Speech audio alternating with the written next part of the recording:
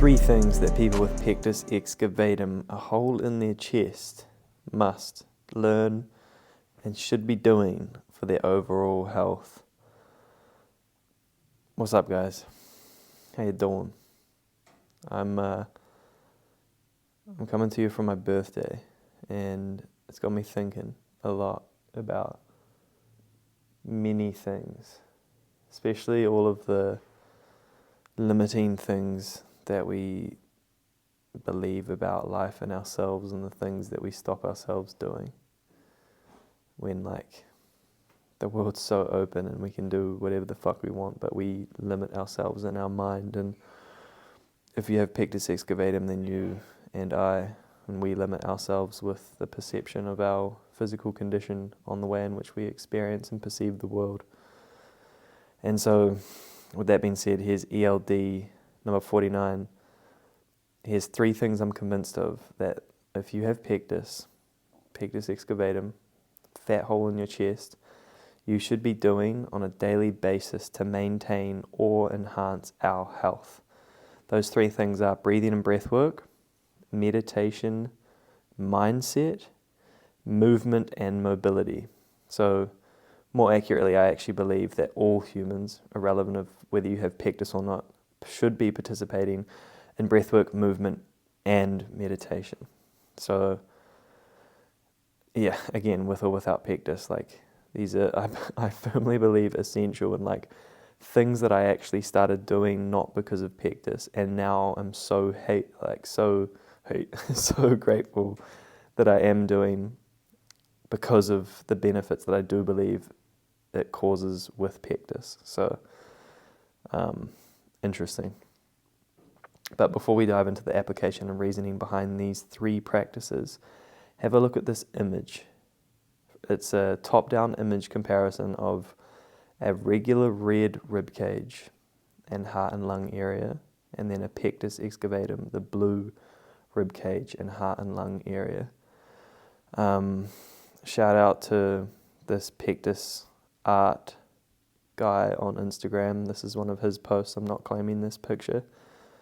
But it's super cool. You can fully see how our heart is squished from Pectus Excavatum, and I'm sure if you can imagine, the lungs are sort of around the heart area in the center of our body, so you can imagine that the lungs will be pretty squished as well. So I think we can agree that based off the simple comparison of having Pectus, it's probably not ideal for our heart and lungs and essential organs, but that's where the 3 practices come in, specifically breathwork and movement/mobility. So let's quickly talk about those. Side effect management.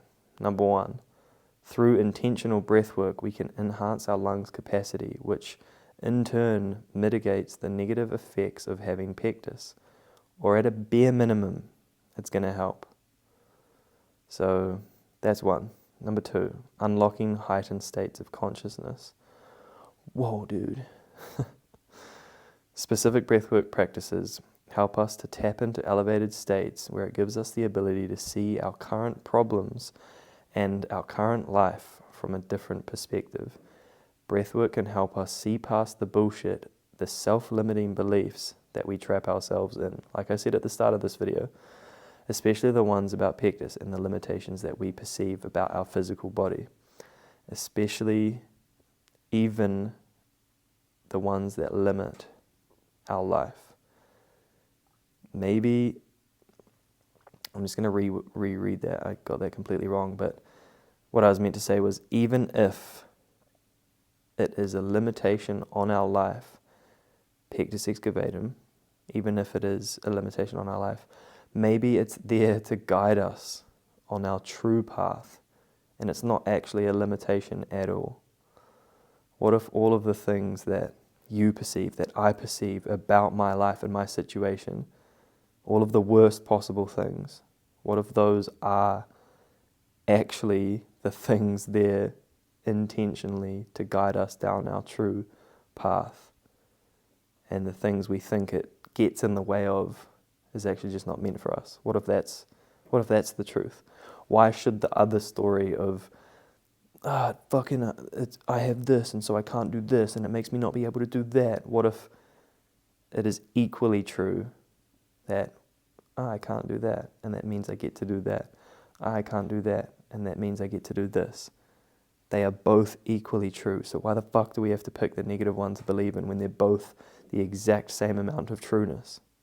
It's completely up to perspective. So it's up to us to choose that. Breathwork also expands the rib cage and prevents pectus from developing further over time. This also ties into sleeping. And sleeping on our back, guys, it's super important. Side sleeping can compress our heart and lungs and create more of an indent over time. So sleep on your back the best you can.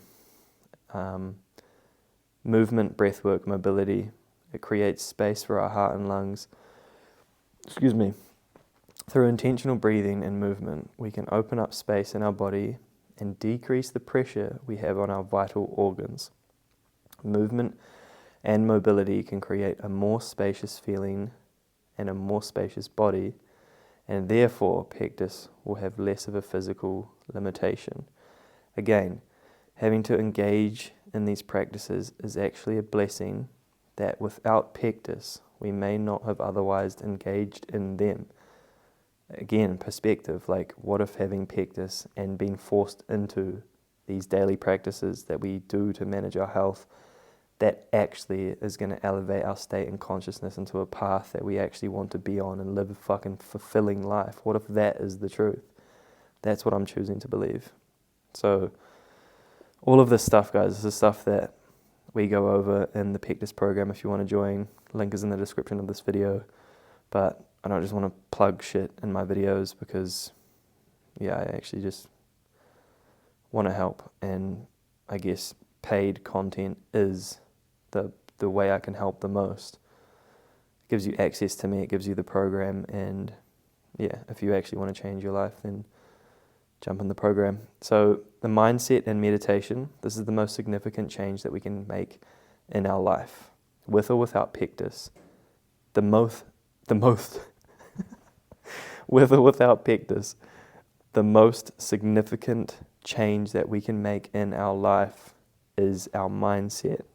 It's the most significant change that we can make in our life, whether you have pectus, whether you have a physical limitation or not. Developing this tool to see the truth behind having pectus, that without it we potentially wouldn't start training, we wouldn't be doing breathwork, we wouldn't be elevating our life, we wouldn't be learning about self-development, and we wouldn't be getting better. Pectus provides that opportunity. Again, the most significant change we can make in our life, with or without pectus, is in our mindset. Boomfa. It's easy to assume that it's only a curse, that it's only bad, but it is simply not true. Having pectus is the foundation for my personal deep connection with my body, and it could also be yours. Pectus is the whole fucking reason I started going to the gym and the whole reason that I tried to get into self-development in the first place, because I was so deeply unhappy with my physique, and now it's got me to the point where I'm maxing out my life and just fucking happy to be alive. And I firmly believe that one day I'm going to be in the position that I've always dreamed of being, and you could argue that that's all started because of pectus. I don't think that that's 100% true, but you could argue that that first step in the personal development realm, because I was so unhappy with my body, is ultimately what led me here.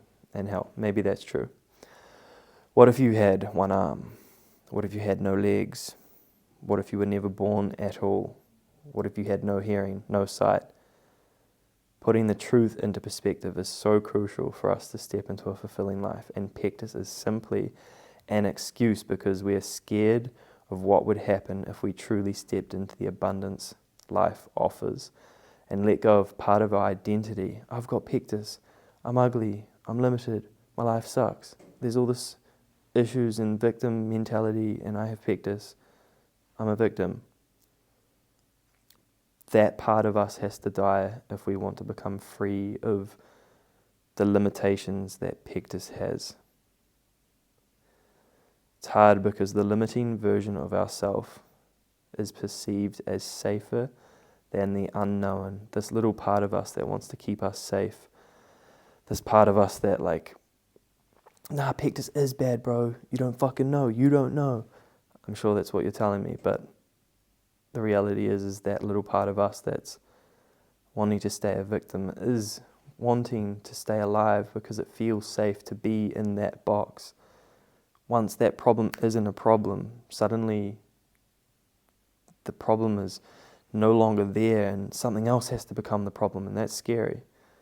Maybe some other shit will happen, or another excuse will pop up for why we can't live the life that we want. Something else will come into our mind and give us a limiting thought. So breaking free of these self-limiting beliefs, Pectus or not, I think is a fucking game changer, and arguably like what I feel like that's what my life is all about. I have so many limiting beliefs and fall back into such limiting patterns, and I feel like breaking out of those is probably my life's work.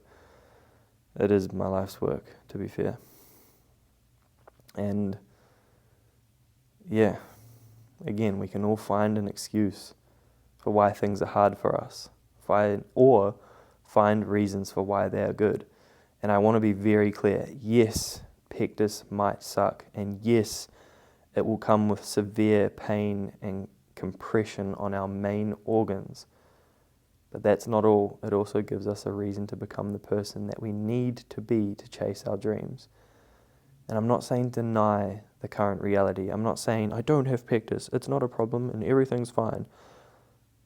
I have heart, lung and spine issues because of Pectus, but I also have a fucking great life, and this is helping me talk to you. It's helping me make content. It's helping me chase my dreams. It's helping me fully step into self-acceptance, because I used to fucking think it was so ugly. And you know, you get, like I've said it 1,000 times in this video, you get the idea.